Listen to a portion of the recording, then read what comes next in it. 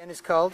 This is Albert Pike's Morals and Dogma. All right, let's get a shot of that. Make sure the light's on it, otherwise it won't show. So make sure the light's on it. There you go. Here's the cover.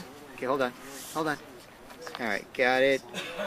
And can I read the inscription? Can I read the inscription on the cover again? Yep. Just a different shot of it. All right, hold on, man. I can see it clearly. Read that for me. That says "Order out of chaos." Okay. And on the side here, I don't know if you can. Yeah, keep in the light. Keep in the light. Keep in the light. It's ancient and accepted right. Oops, where did there it is. Now let me just show you the front page. All right. This is it right here. Morals and Dogma, the ancient and accepted Scottish rite of Freemasonry. Supreme Council of the 33rd degree. Now this wasn't just a throwaway book, was it? Was this a real book? Is this a real book? Is this like Is this a fake book or a real book? This is a real deal. This is the real deal.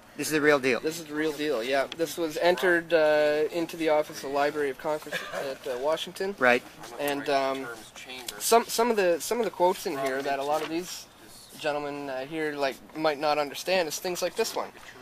I showed you this before. This is on page 819, where it explains how the lower level Masons are intentionally misled. Are you familiar with this book, Morals and Dogma? It's Albert Pike's. Yeah. Pike's. Is this? This is by Albert Pike. One at a time. Probably heard of that. The title is Morals. That's right, Morals and Dogma. Yeah. I write that down. I'll make sure. It's of the Scottish Rite, written by Albert Pike. Yeah, I'm a Scottish Rite person. Okay. So that's more. I'm going to write that down. Because it's very interesting for like there's things in this book that are important for Masons to know, such as where he says here, the blue degrees are but the outer core of the temple, right? There's an excerpt on here, yes, about, where he says this, yes. The blue degrees. And it says part of the symbols are displayed there to the initiate, but he is intentionally misled by false interpretations.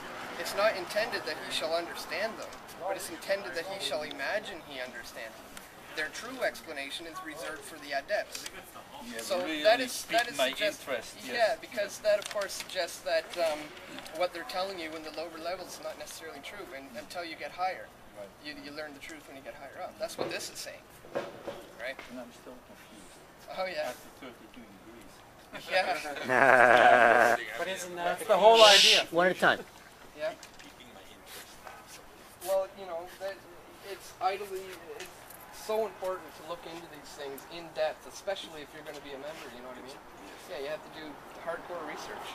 So what is your research? Oh, I've been researching it for a long time. I'm just trying to show people some So what do you things. know? What do I know? Yeah. Well, I know quite a bit. What do you know about Masonry? Well, read our message. Just let him answer. What does it stand for? What is Come on, he can answer. The tenets, well, yeah. it's what is Freemasonry? You must know because you're talking to people about it. Yeah, well, I know what you guys think it is. Fraternity of, a brotherhood of Relief and truth, yeah, this the global main fraternity, and tenets. and that you do charitable work and for. Well, we may, but it's not a main thing that we do. I mean, Masons do have certain charitableness in their hearts, Right. as the majority of humankind does, but it's not a principal thing that we go about doing, raising charity. Your four pillars, justice, Mason, you might be involved in doing that, but it's not something that people get up in the morning and say, I'm going to go raise money for charity. No. What do they do? What's the main purpose of the Masonic Lodge then? Masonry is a brotherhood of man throughout the world. It is a fraternity. That's what it is. And it's a fraternity of individuals who are committed to the principles of brotherly love, relief, and truth. That's what it is. Hold on, John. And what is the manifestations of those? The brotherly love and truth, how does that manifest in society? This is improving the lot of mankind throughout the world. How? So, how? Sorry. Yeah, sir. By promoting peace and harmony and goodwill toward men. How though? What are the What are the actions? Peace and harmony and goodwill. Hold on. What are the actions that they take? Because I'd like to know. I'd like the peace and harmonious world. We all would. So, what are the actions Masons do to promote peace and harmony? You're obviously 32nd degree. What are the actual acts? Well, I'm not. He is. Well, but what you just said it. So, what are the actual acts Masons do? The actual acts are that I get up in the morning and I will treat you like I want to be treated, my myself. I treat everybody with my own humility, my sense of morality, my senses of virtue, my senses of fair play, my senses of understanding and love for humanity. Are there any collective acts Masons do together to influence peace and justice? It's a very personal thing. A person joins a Mason because he has Masonry, because he has in his heart the desire to contribute toward the benefit of mankind. How though? I'm saying that when you guys get together, his life, right, through the principles of what we call our volumes of the sacred law, right, which is in Christianity our Bible. With morals and dogma? This is Morals Bible? and Dogma. Oh, that's written by Albert Pike. I thought it was the Holy Bible. But anyway, let's supposing it was. That's by Albert Pike. Oh, well, who reads that? Nobody's read that. This book is almost unreadable.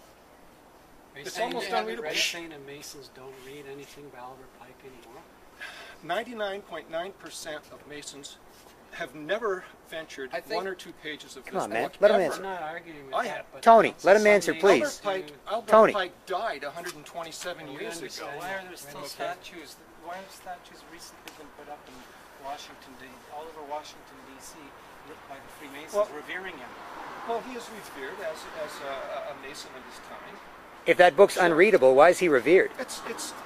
It's 127 years after his death. He's not revered today by any degree of legitimacy as far as what Masonry stands for today in terms of our principles. But the leaders of Mason, the leaders that came before, I mean, they read this. I mean, when did they discard it? When did they decide they believed, then they went, this Pike stuff is crap? When did that happen?